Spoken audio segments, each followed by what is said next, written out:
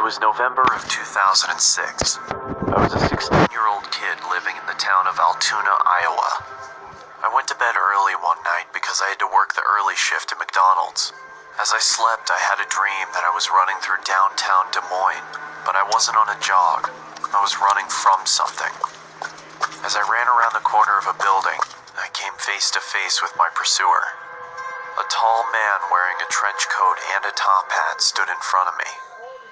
The only thing visible of his face was his eyes. They were abnormally large with black pupils, and it looked at me as if it wanted something. After what felt like hours, he reached out his bony hand, as if he wanted me to go with him. I woke up violently from my dream, and after catching my breath, I peered around my room to see if I was safe. As I stood up from my bed, I noticed that I could see my breath. Feeling confused, I checked my window. It was latched shut. I then walked over and checked my vent.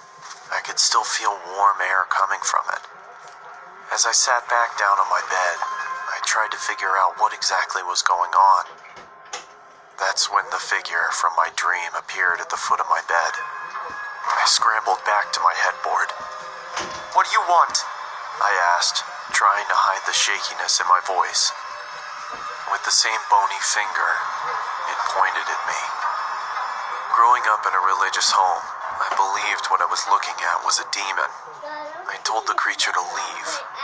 It just waved its finger at me, and with a low voice, it spoke to me. "Never leave. Always here." The creature then screamed loudly and disappeared. A feeling of nausea came over me, and I vomited on my floor. The last thing I remember was cleaning myself up and waking up to my alarm. It's been about a month since I had seen the top hat-wearing man in my bedroom. The Christmas season was in full effect. My parents weren't home because they got invited to some kind of event, so it was only me and my 3 sisters at home. I had to wake up early in the morning for work, so I decided to go to sleep. I rested my head on my pillow and closed my eyes. Not even 30 seconds passed until my sisters burst into my room and started singing obnoxious songs. This, of course, made me very angry, but I thought if I ignored them that they would leave me alone. This was not the case. As I pulled the blankets over my head, I started to feel the same cold feeling that I had in November. As the obnoxious singing subsided, I lowered the blanket below my eyes and saw the man standing in the corner of my room. In one swift motion, he charged towards me, and I blacked out. When I finally came to, I found that my sisters had locked themselves inside the bathroom. As I knocked on the door, they told me to go away. I asked them what happened, and all they could say was Mom and Dad were on their way home. I looked down and saw that my hand was slightly bloody. Holes were in the bathroom door, and a broom was sticking out of the wall. I then walked into the living room and found that there were knives stuck into the wall as well. The same wave of nausea passed over me, just like in November, and I threw up again. As I was cleaning up, my parents walked through the door. My father immediately walked over to me and gave me a good beating. Then he sent me to my room. I went to bed crying, not from the beating. I was crying because of the confusion. I had no idea what was going on. The next morning, my sisters reluctantly sat next to me and told me what had happened. They said I got angry and chased them down and tried to hurt them. They said my eyes were red to the point where they thought I was bleeding from them. They said I sounded like a different person. In 2011, that was the last time I saw the top hat-wearing man. I just moved into a new apartment, and after a long, stressful day...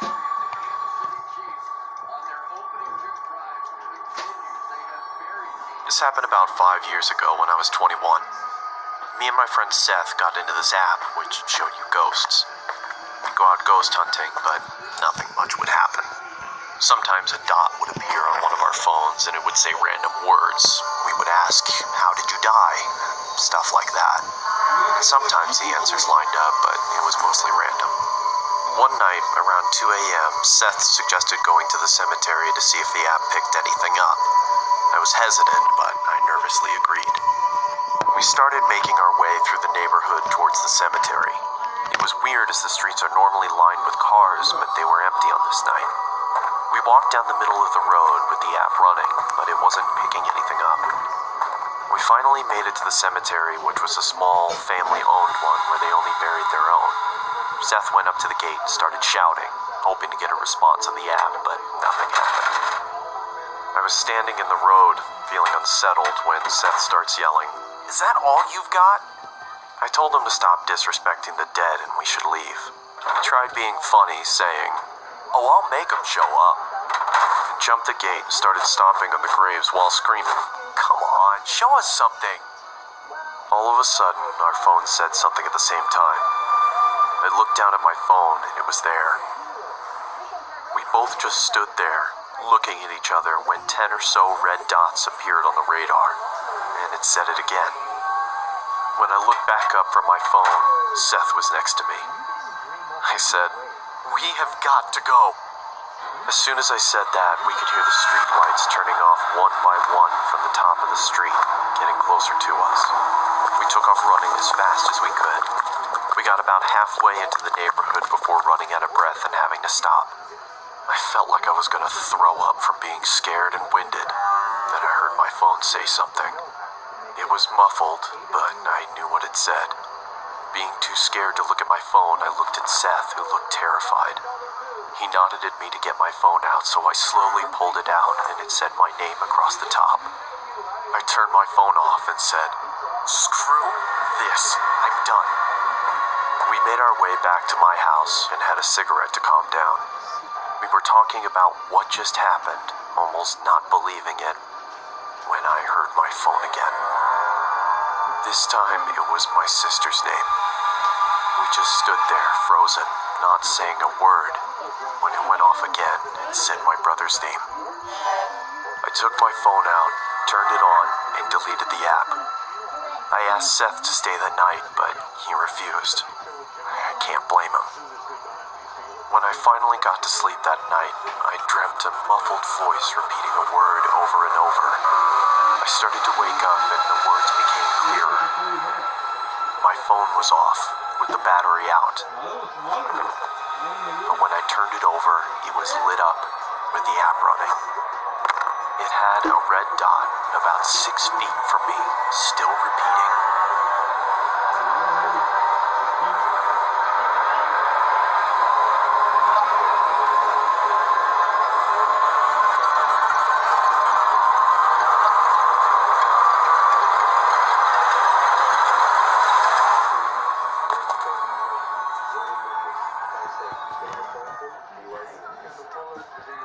I woke up the next morning and went to the bathroom. I had a razor-thin cut from my left shoulder to my right hip. I don't know what happened that night, and nothing has happened to me since. Needless to say, I don't mess with that kind of stuff anymore.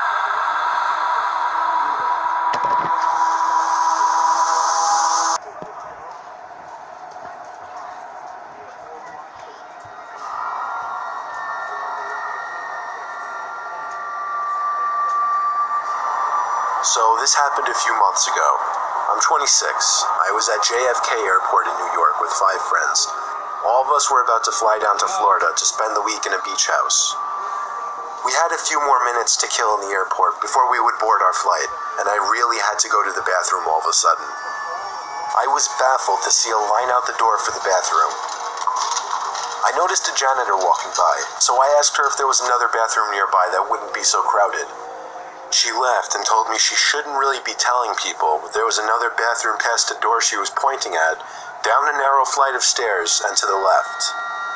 I thanked her because she was extremely nice and followed the direction she gave me. Sure enough, behind that door that no one would think to open was a small stairway that led down to a really poorly lit, skinny hallway.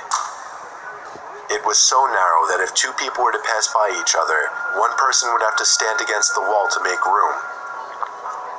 I I found the bathroom right away. The door was extremely heavy and hard to push. Also, the lights were on inside of the bathroom, and it was filthy in there. It was evident that nobody ever really came in there to clean.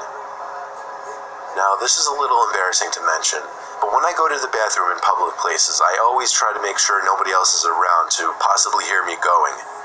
So after checking the stall to see that it was unoccupied, I went back into the hallway for a second to take a look down both directions.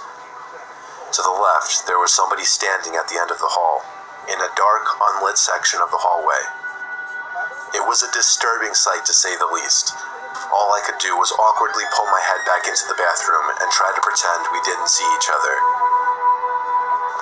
I went into the stall and just stood there biting my fingers for a minute, dreading the thought of that door opening. And of course, it did. I saw the man's black shoes under the stall door as he walked to the stall next to mine. He shut the door, and then there was silence. No sound of the man unzipping his fly or sitting down, nothing. I realized I didn't really have to go anymore, and went to unlock the stall door. That's when I looked up and saw the man's head peering over the stall, looking at me. I nearly had a heart attack as my screams bounced off the walls of the tiny bathroom. I ran back up those damn steps and out that door, and then casually walked back over to my friends. I was breathing heavily, but nobody seemed to notice. I didn't tell anyone just because it was embarrassing, and I didn't want my friends to make fun of me in any way. I know, I guess that seems stupid now. We went on to have our Florida vacation and all had a good time. Of course, the thought of that creepy man haunted me every night that week.